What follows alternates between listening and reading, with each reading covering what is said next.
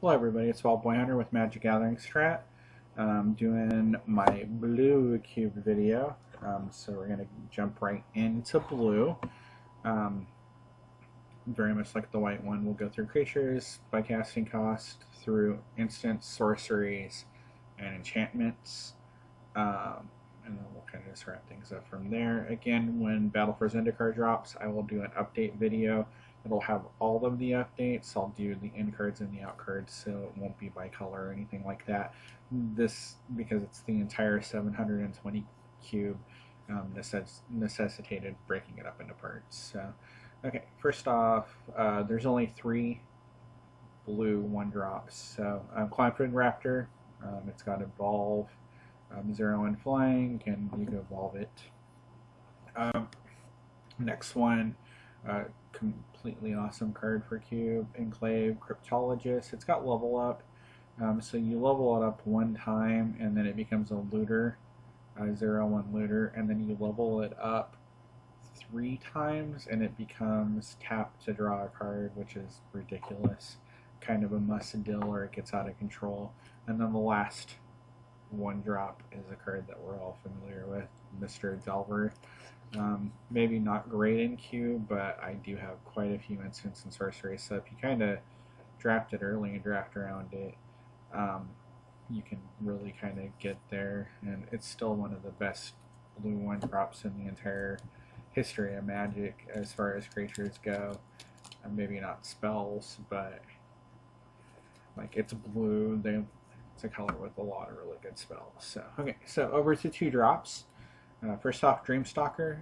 If you watch my white video, you know I am including a lot of core Skyfisher type of effects. This one only, no, it does any permanent. I love it in Azorius Kitty, which is just an amazing deck. It's a 1/5. Fathom Seer, one of the few times Spiral Block cards in here, because it is exactly a blue card. It's Gush on a Morph. 1/3, so pretty good. Quick Link, kind of a marginal card, but it does have the core Skyfisher effect. It's actually a 2/2 flying bear with flash, which isn't bad. And then you return a target. It only does a creature, not a permanent, but really you pretty much just want to return creatures anyway. Looter Elcor, got the looter effect with the Shadow Dude, so when it attacks, if it deals damage, you can discard or draw a card and discard a card. Omen Speaker, a 1/3, and scry 2 when it comes into play. That 1/3 is actually really relevant because it shuts down aggro pretty decent in the cube. Or it did. I've really kind of went through some strategies to get aggro maybe a little bit better. Single Starfish, 0/3, scry, tap and scry for 2. Scryfish, upgraded to uncommon. Invisible Stalker, hexproof, unblockable. Not a ton of hexproof cards because I want the cube to be interactive, but there's something so deliciously blue about this particular card that I couldn't not put it in. Palace Familiar, there is a little bit of exploit, but I really like the replace effect on a blue creature. Augur of Bolus, if you draft Delver and you draft this, you're getting there. When it enters the battlefield, look at the top 3, put an instant or sorcery into your hand, and put the rest on the bottom of your library in any order. And it's a 1/3 for 2, so it helps out blue. Jeskai Sage, actually I had missed this and added it just recently. Prowess, and when it dies, you draw a card. Somehow I skipped it, but it's really decent. And then the Elder Jeskai, when it's got Prowess, it's a 1/2, and then when you attack, you draw a card. When you deal damage, you draw a card and discard a card, so it's got the looter effect on it. Here, 1 moment. Okay, sorry about that. Jesse and Thief. Origins card, Prowess again, and then it's just a Scroll Thief, or Stiller Secrets, it's a 1/3. So very happy about having that guy in the cube. Wish it was common, sad that it's not. Stiller of Secrets, 2/2. When it deals damage to your opponent, draw a card. Shaper Parasite, again, originally in Time Spiral, this guy's a commander version. 2/3 for 3, and then it morphs for 3, so basically you don't get a discount. But when it's turn face up, target creature gets +2, -2, or -2, +2 until end of turn. Kind of blue removal. Still expensive, 6 mana, but it's still removal. Spinethopter, Phyrexian mana, 2/1 flying, and you can pay 2 instead of the blue. Stormbound Geist. As Roberto has taught me, blue is really kind of pushing Innistrad, the creatures were, and this is one of the better ones, dealing with this guy twice. I mean, as a 2/2 flying, it has lower interactivity, and then having to deal with it again if you burn removal on it is just horrible. Silmagar Sorcerer, flash flying, and when it comes to deploy, if you exploit a creature, you counter target creature spell. I've yet to pull this off. I've only drafted it once though, so. Aether Adept, tempo is kind of a big part of blue. So 2/2, when it comes into play, return a creature to its controller's hand for 3 mana. Nimbus Naiad, the blue bestow dude, 2/2 flying, bestows for 5, and gives flying a +2/+2. This one is Court Hussar. Vigilance, very much like the Azorius one from White. If you don't pay white, you sacrifice it. But when it comes into play, you look at the top 3 cards of your library, then put 1 in your hand, and it's a Seagate Oracle effect. Okay, Trinket Mage. There are some 1 casting cost artifacts in the artifact section. And he's one of the few tutor effects in the cube, so I really like him. Silumgar Spell Eater, another morph guy. Again, morph is better. So I'm playing some kind of suboptimal morphs to get my morph count up. When Spell Eater is turn faced up, counter target spell, it's a mana leak when you morph it. It unmorphs for 5 though, so it's definitely not in the mana leak costing section. Fettergeist, it's actually a really good creature if you're drafting creature white. And control is completely possible in this. I know I personally have lost to a 5-color control good stuff deck playing Fettergeist, 3/4 flying, and then at the beginning of your upkeep, sacrifice Fettergeist unless you pay 1 for each other creature you control. Scroll Thief, 1/3, when it hits your opponent, draw a card. Jeskai Wind Scout, this guy probably wouldn't get cut if Battle for Zendikar gives me anything better to do. It's a 2/1 flying for 3, and then it has prowess. Not all that. It's just a little too expensive for what it does. Seagate Oracle, with the Seagate Oracle effect on it. So look at the top 2. Put 1 in your hand, 1 on the bottom. Crosslinks, not exactly Aether Adept, but kind of where Wizards is pushing towards. So I love the Frost Kitty though. So Nihilfile Seekite, whatever. 2/3 flying flash for 4. Origins card, Whirler Rogue, comes into play. You get 2 Thopter tokens, and then you can tap 2 artifacts, and then target creature can't be blocked this turn. It's a 2/2, so basically it's a 4/4. So I like that bunches. Mistdriven, got the Aether Adept Mana War effect on it, 2/2 flying creature. Misfire Weaver, it unmorphs for 3 and gives hexproof to target creature until end of turn. It's a 3/1 flying. Nice little card actually. Ninja of the Deep Hours. I love ninjutsu. Blue, I think this might actually be the only one that's still in, but 2/2, and then it's got the Stellar Secret type of effect on it.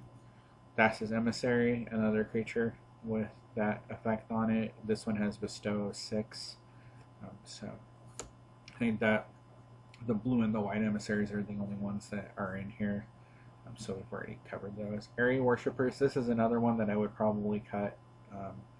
It's got inspired, so when it untaps, you can pay 2 and a blue to put a 2/2 bird enchantment creature token into play, and it's a 2/4. It just feels a little too slow.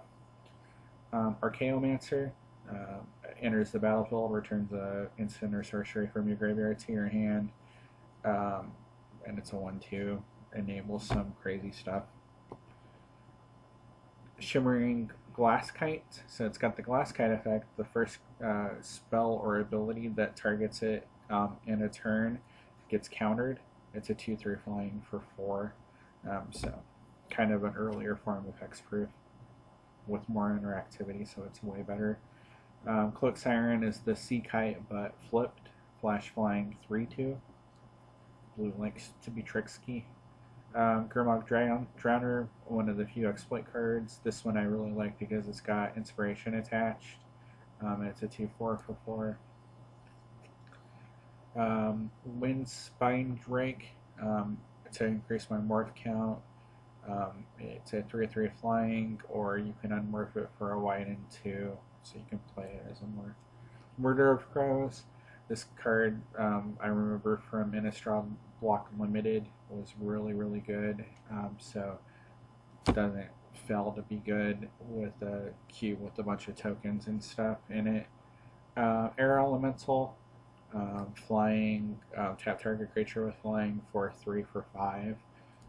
So we don't quite get air Elemental, we get Air Servant, which is pretty darn close. Riftwing Cloudskate, an amazing turn 2 play because there's always something. I mean, it returns a permanent when it comes into play, not just a creature.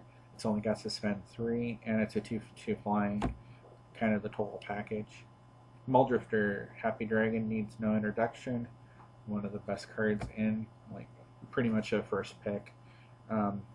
First pick and go 5-color good stuff, go blue-black, blue-white-black, or Esper. I love Esper. It's probably my favorite thing to draft. I force it too often. Unblockable, Mystic of the Hidden Way, and it's a 3/2, so he's actually kind of a clock on his own, and then he's got morph for 3, so you can kind of surprise your opponent. Even Surveyor basically has the Mana War effect, and you're never going to, when it comes into play, you're never going to put the 1/1 token on it, I don't think. And it's 5 mana, which is at the top end, but still completely reasonable. Siren of the Fanged Coast has Tribute, so it's either a 4/4 when it comes into play, so it's actually an Air Elemental, or if your opponent doesn't pay Tribute, it has Control Magic attached, so you control magic something. Mnemonic Wall, one of the few walls in the cube. 0/4 wall, and it has the Archaeomancer effect on it, so it returns an artifact or enchantment or instant or sorcery. Sorry, it's really late. Jetting Glasskite 4/4, and it has the Glasskite effect, and it's 6 mana. It's a good finisher. Aether Snipe. It's got the effect, the Aether Adept effect on a 4/4. No flying, which is weird. Feels like it should have flying. And it's got Evoke of 3. So it's got the same evoke cost as Muldrifter. It's got a really powerful effect. Ephemeron, again, another amazing turn 2 play. The Time Spiral cards I have in here are really good. That block is full of junk and Tarmogoyf, but this guy is awesome. Just turn 4, he comes into play. 4/4 haste creature for blue. Out of control. Alright, over to instants. 1 instant at 1 casting cost. Vapor Snake.